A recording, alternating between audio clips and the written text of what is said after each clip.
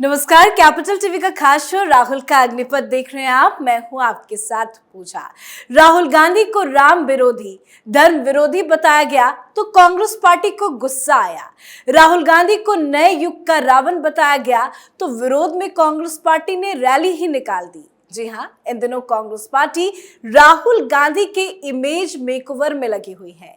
Social media में जब राहुल गांधी को दशानन अवतार में नए युग के रावण के तौर पर पेश किया गया तो ये पोस्टर देखकर कांग्रेस पार्टी भड़क उठी। कांग्रेस ने बीजेपी पर हिंसा भड़काने की कोशिश का आरोप लगाया और कांग्रेस पार्टी के कई नेताओं की तरफ से बयान भी सामने आने लगे। पोस्टर को लेकर तो कांग्रेस पार्टी सड़क पर भी उतर चुकी है। अलग अलग जगहों पर कांग्रेस पार्टी ने पोस्टर के खिलाफ विरोध प्रदर्शन भी किया है। तो आज राहुल गांधी को लेकर छिड़े पोस्टर वॉर पर चर्चा करेंगे। साथ ही खड़गे जी के आवास पर राहुल गांधी शरद पवार की मुलाकात को लेकर भी अपडेट आपको देंगे।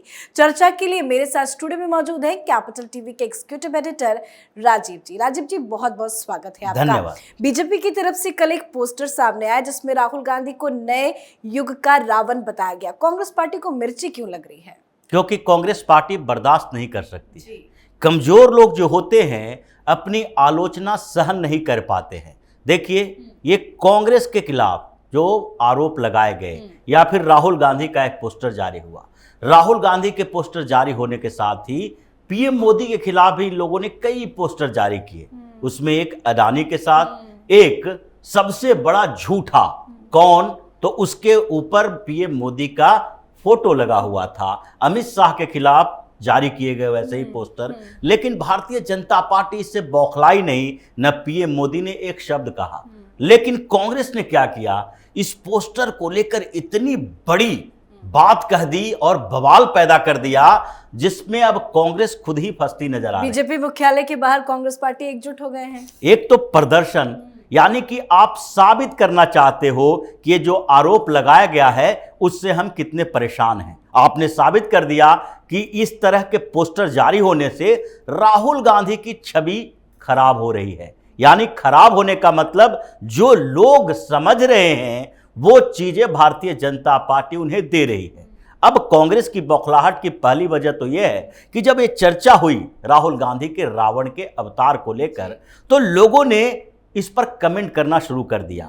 सोशल मीडिया आजकल एक प्रमाण होता है, ये तथ्य दिखाने का कि लोग कितने जुड़ रहे हैं इससे। और उसके बाद बार बार कहा गया कि राहुल गांधी को रावण बताना सही तो है, लेकिन एक बात में रावण राहुल गांधी से बहुत ऊपर था। हालांकि इस बात के लिए भारतीय जनता पार्टी को जिम्मेदार नहीं ठहराया जा सकता, क्योंकि उसने तो रावण के अवगुणों के आधार पर राहुल गांधी से तुलना की, उसके गुणों के आधार पर नहीं।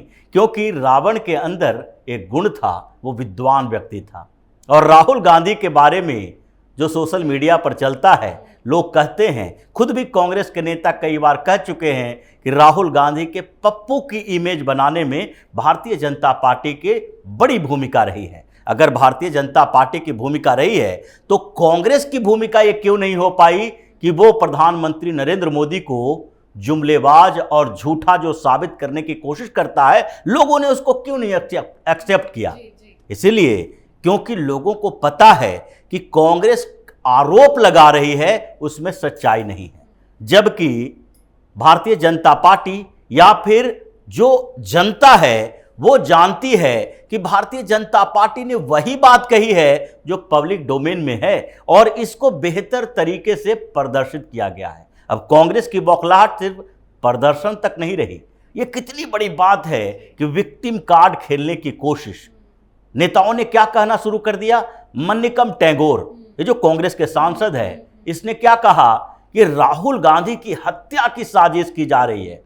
केसी वेणुगोपाल, जो राहुल गांधी के सबसे करीबी नेता हैं, हर मीटिंग में राहुल गांधी के बगल वाली सीट केसी वेणुगोपाल के लिए होती है, और उन्होंने क्या कहा कि ये हिंसा फैलाने, मतलब राहुल गांधी के खिलाफ हिंसात्मक कार्रवाई, ये मर्डर कॉन्स्पिरेसी है, राहुल गांधी की हत्या की साजिश की जा रही है। जयराम रमेश ने एक पहले का कार्टून निकाला, महात्मा गांधी के समय का, और कहा कि देखिए किस तरीके से रावण का इमेज जो दिखाया गया है, उसमें संघ के कुछ लोग हैं जो तीर लेके खड़े हैं। ये कार्टून था और उस कार्टून से जोड़ा गया कि जिस तरीके से रावण के इमेज में जिसको बताया जाता है, वो उसका मतलब है कि ये लोग उसके खिलाफ हत्या करने की साजिश रचते हैं। लेकिन राहुल गांधी को लेकर तो रावण की इमेज एक पोस्टर के जरिए ही सिर्फ सोशल मीडिया में शेयर की गई है, लेकिन पीएम मोदी को खुद कांग्रेस पार्टी के कई नेता रावण कह चुके हैं। बेसिकली बात यही है व्यक्तित्व को लेकर कि आलोचना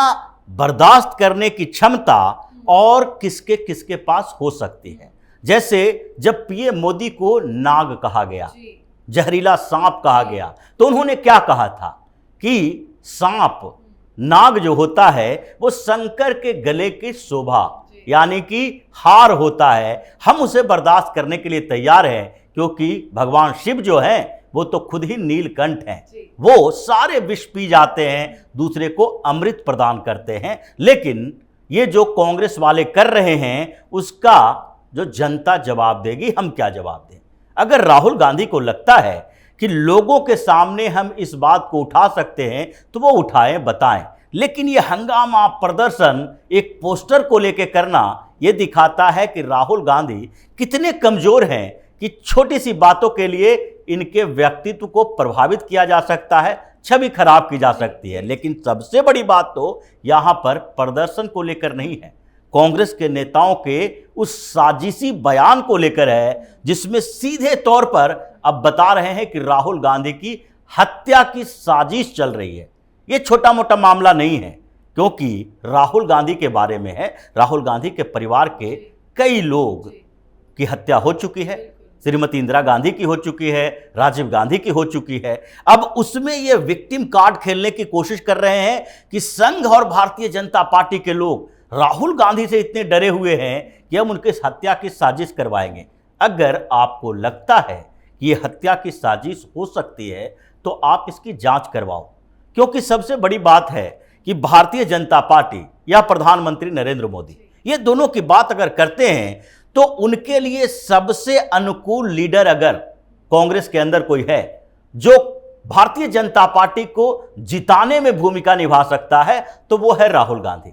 राहुल गांधी जब तक राजनीति में रहेंगे, कांग्रेस की बागडोर संभालेंगे, तब तक भारतीय जनता पार्टी की हार नहीं हो सकती है, क्योंकि राहुल गांधी के अंदर क्षमता ही नहीं है पब्लिक को कन्विंस करने की। तो राहुल गांधी को बीजेपी का प्रमोटर कहा जाता है। बिल्कुल प्रमोटर है ही। अगर प्रमोटर नहीं होते 2014 से लेकर 2019 तक, ये 2 लोकसभा चुनाव ही नहीं, कई विधानसभा चुनावों में जहां राहुल गांधी की एंट्री होती है, भारतीय जनता पार्टी का 10 से 15% वोट बढ़ जाता है, क्योंकि राहुल गांधी को देखते ही लोग सोचने लगते हैं जिस कांग्रेस का मुखिया इनडायरेक्टली ही सही, कांग्रेस पर प्रभाव तो राहुल का ही है, और मल्लिकार्जुन खड़गे हों या फिर कांग्रेस के दूसरे CWC के मेंबर, किसी की औकात नहीं है कि राहुल गांधी के अलावा किसी और की बात सुन ले।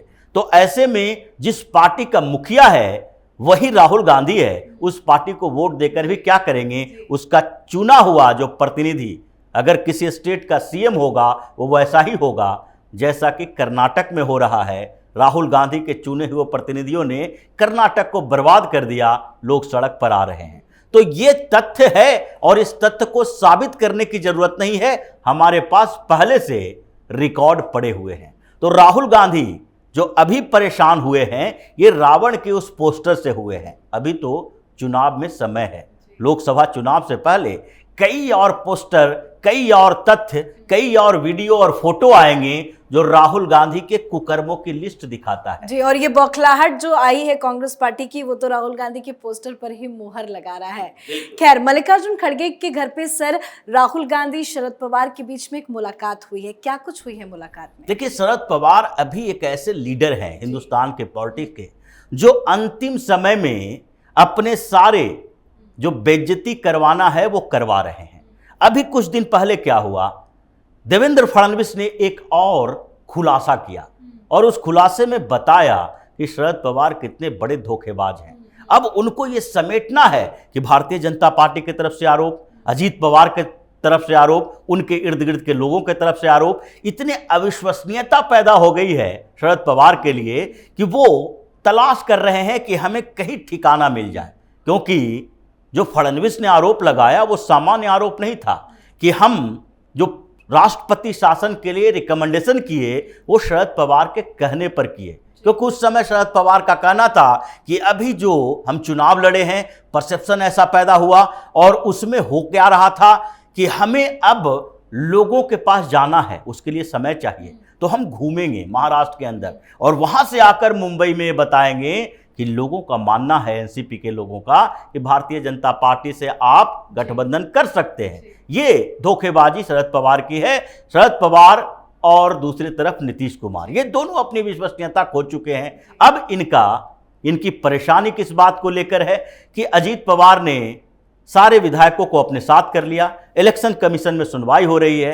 अब इनको लगता है मेरे पास कुछ है नहीं, कांग्रेस क्यों भाव देगी। नहीं तो ये शरद पवार जो कि राहुल गांधी अगर 4 बार कहें तो 1 बार मुलाकात के लिए तैयार होते रहे हैं, आज मुंबई से भागते हुए आए, मल्लिकार्जुन खड़गे से मिले और राहुल गांधी को वहां बुलाया गया उनके घर पे। इसका मतलब है कि शरद पवार अपनी विश्वसनीयता खो चुके हैं। डर उनको इस बात का है कि अब इलेक्शन कमीशन का भी फैसला जो आएगा हमारे अगेंस्ट आएगा, तो इसके लिए जो गठबंधन सहयोगी है वो हमारे पीछे खड़े हों, ये कहें कि शरद पवार बड़े नेता हैं, उनके साथ हमारा गठबंधन है, अजीत पवार से कोई लेना देना नहीं है। तो ये जो तीनों की बैठक हुई है, आगे के अलायंस की मीटिंग के लिए एक पृष्ठभूमि तैयार की जा रही है।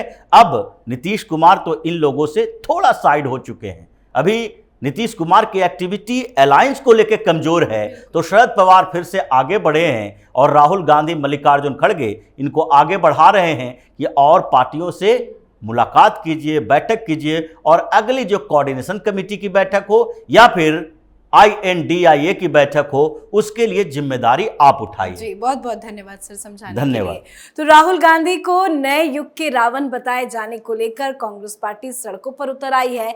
बीजेपी ने जब राहुल गांधी को आईना दिखाया, राम विरोधी बताया, तो पूरी की पूरी कांग्रेस पार्टी राहुल गांधी के इमेज को सुधारने में जुट गई है।